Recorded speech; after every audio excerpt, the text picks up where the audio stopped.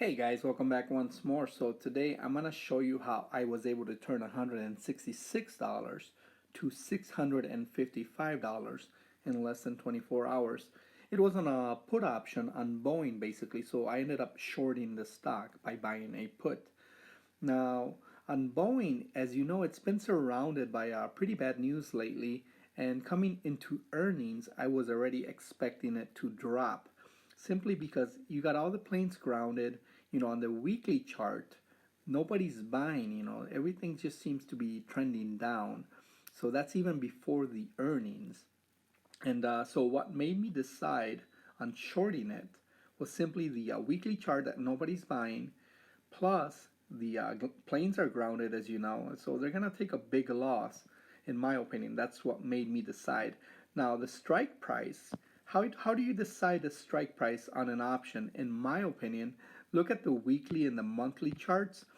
How much is the price of the stock really moving intraday? So let's say July 10th to July 11th, it's moving around $7.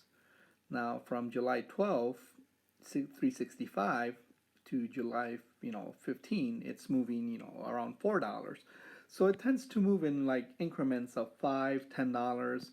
And from here, you can see July 19th at 377 all the way to, let's do July 25th. That's in 6 days.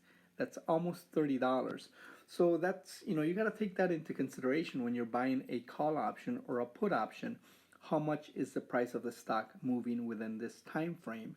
And that's how I decide on the strike price when I'm buying a put or a call. So on Boeing, as you can see down here, I'm going to show you right now the put option that I bought. I bought it for $166 on July 24th, and of course I got filled.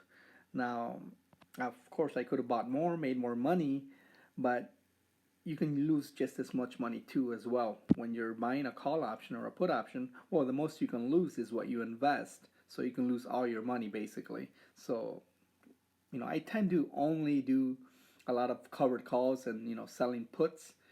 Uh, Once in a while, I will buy a call option or a put option, but I don't tend to invest as much money when I'm doing that because I feel more comfortable doing the selling a covered call and selling puts, as well as doing dividend, captures and all that. So, but we'll talk more about that later at a different point in time.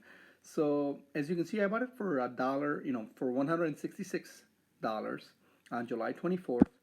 And the following day, the price of the stock dropped, just as I was already expecting it to drop. I bought a put option for 300. I'm sorry, I sold the put option. Oh, I'm getting so confused. Sorry, guys.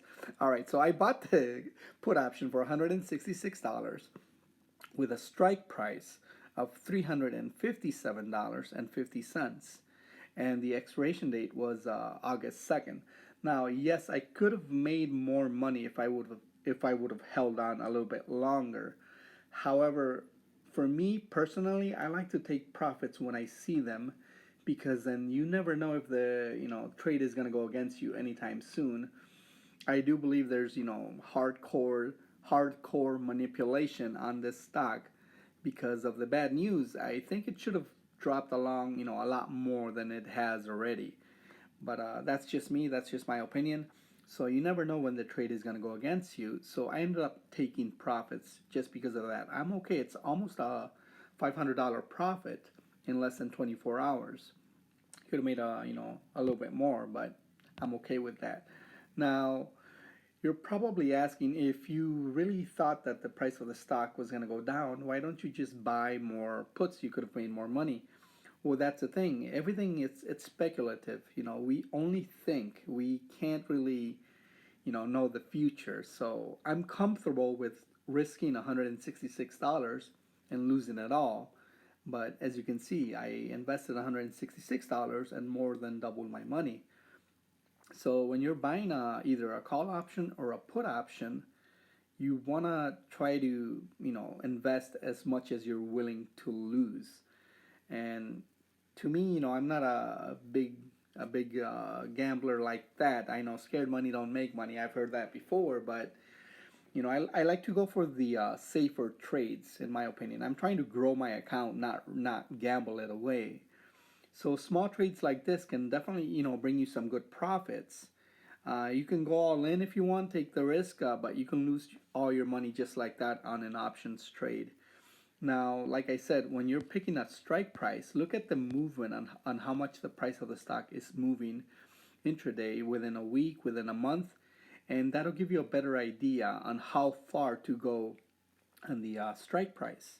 So, because you're trying to get in the money when you buy a call option, for example, you're trying to be in the money, and which makes that contract, you know, a lot more expensive so that you can sell it right away. Now, there's been occasions where I've been up $300 and I've gotten greedy and I've been trying to go for more, and then the price of the stock drops, which makes my options contract, you know, kind of worthless because it's in the negative. And I kept on waiting. I'm thinking to myself, you know, it's gonna go up, it's gonna go up, and it never does.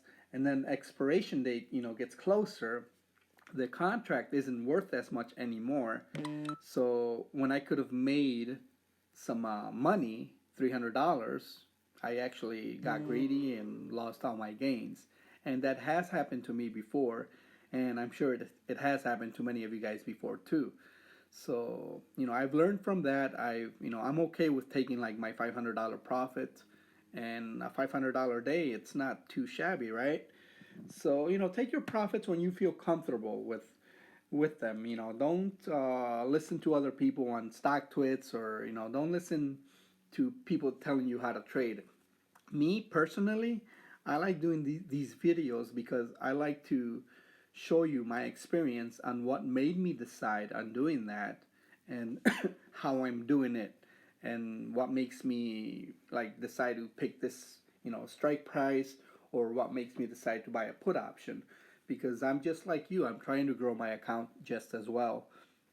Now, I am gonna do more dividend videos, because I want to do a video where I compare like you know, what's the difference between capturing a dividend or just simply, you know, investing into a monthly dividend stock or any other dividend stock, versus doing a covered call or selling put options. Because sometimes simply doing a covered call with less capital will give you a lot more return than simply holding on to a stock that's paying out a dividend.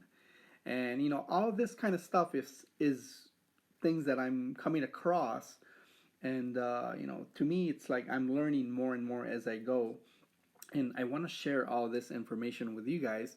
So maybe you guys have some other different strategies that you want to share with me, and then, you know, we can always learn from each other. So leave your comments down below. I'd be more than happy to read them and reply. If you guys have a specific kind of video that you want to see, just leave a comment down below, and then we can go from there. Until then, thank you very much, guys, for watching, and I will see you guys on the next video.